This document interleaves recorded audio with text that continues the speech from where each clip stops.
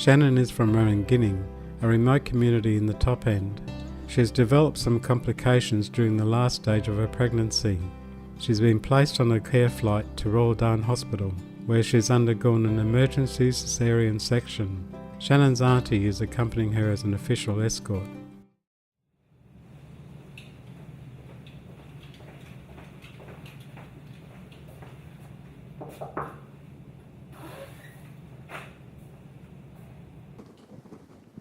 Hello Shannon, I'm Gina. I'm your nurse today.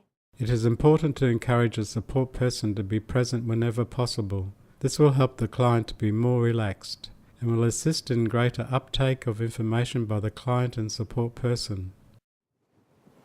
The night nurse told me you came in with an escort last night, is that right? Yo, she's in the toilet. Alright, maybe I can come back and talk to you when she gets back. Okay.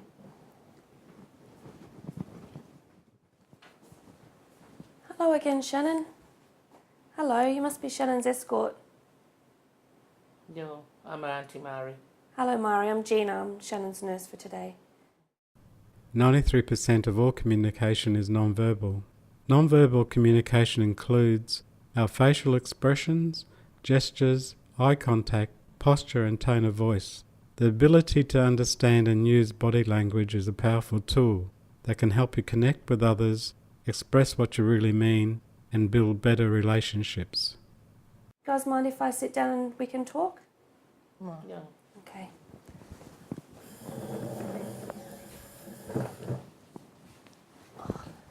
So have you guys been to Royal Darwin Hospital before?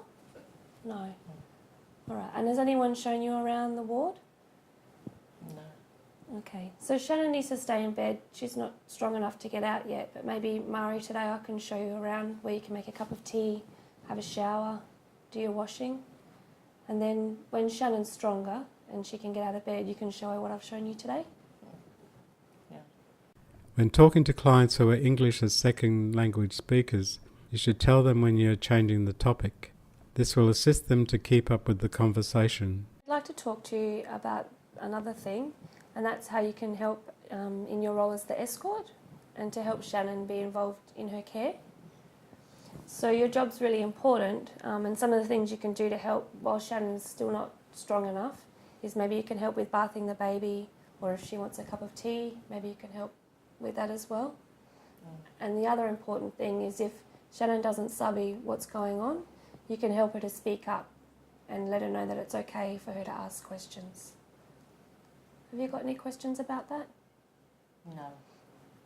Okay. If you tell your client what action they should take, you should tell them why it is important and what the consequences are if they choose not to carry it out. Now there's something else I want to talk to you about. So that the doctors and nurses can care for you, it's really important that you stay in your bed. The hospital has a rule, it's called the take-home-leave rule.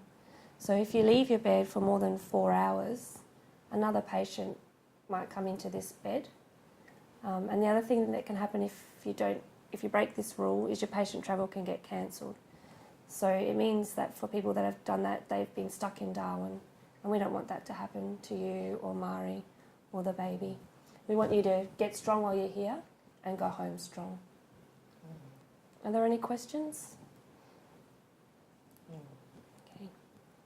Don't wait till the end to initiate Teachback. You should check understanding throughout the conversation. Health professionals can use Teachback to check their understanding of information the client has given them. Here, Gina asked Shannon if she has understood her story why she needs to go shopping. So we understand you might have family in Darwin that you might want to go and visit, but it's really important if you want to do that you talk to the nurses and doctors and let us know your plans so we can make a deal to help you with that. Have you got any questions about that? When I was having my baby, the doctor put me on the plane real quick and I didn't get time to grab my baby things or my clothes. I need to go shopping. All right, so just to check that I got that right, you need to go shopping because you don't have any nappies or clothes for yourself because you didn't have time to get them at the clinic, is that right? No. Okay. So for now, Shannon, it's important that you stay in bed. You're not strong enough to go to the shops yet, but Mari maybe can go for you. You'll have to stay here, and then later when you're stronger, we can maybe make a plan for you to go shopping. Okay. Yo. Any questions? No. Okay. If you are giving your client a large amount of information, you should keep it to 3 to 5 key points and always repeat these at the end. In this case, Gina recaps on what they have discussed before using the Teachback method to ensure she's been clear about the role of an escort. So we talked about a couple of things today. So Mari, we talked about how you can help in your role as the escort and about that 4-hour rule, that hospital rule. So just to check that I was clear, Mari, can you tell me a few things that you think you can do to help while you're here with Shannon? I can tell you if she doesn't sorry, I will tell her to speak up to the doctors and the nurses, and I'll help her with her baby. Yeah, that's great, Mari. So we know that that escort job's important, but we know that it can be a hard job too. So if you feel tired or you feel like you need a rest, make sure you talk to the liaison officer or the staff and we can help you. Have you got any questions about that? No. She's had a baby now. When can we go home? So Shannon's doing really well and so is baby. So we're hoping we can send you home in a few days.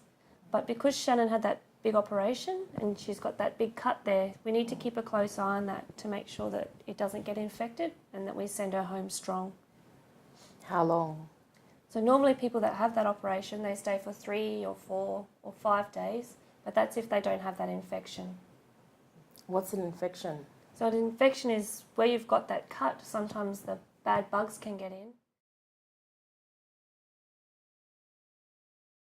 Do you have any questions about what an infection is? No? Okay, so sometimes you think of questions after the nurses and doctors have left the room. So just want you to know that it's okay to ask questions anytime, okay? If your client is unable to teach you back what you have told them, then they may benefit from hearing the information in their first language. If English is their preferred language, then you should explain things again using a different approach. And Shannon, we talked about infection and about some of the things you can do to make sure that you don't get an infection in that wound when you go home. Can you remember what some of those were?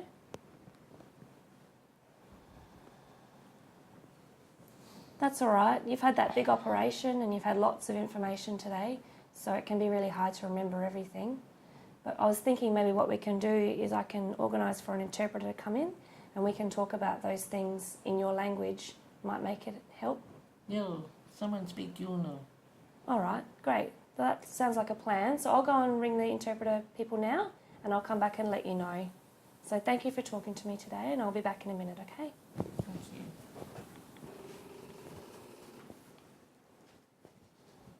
Nice.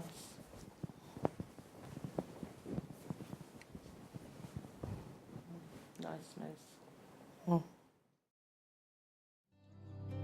Communication is a two-way process, so improving communications involves both how we give and receive information. It will take some time, but once it is a part of your routine, Teachback can be done without awkwardness and does not lengthen a visit. Remember, it's the safest way to assess your client's understanding of the information you have given them.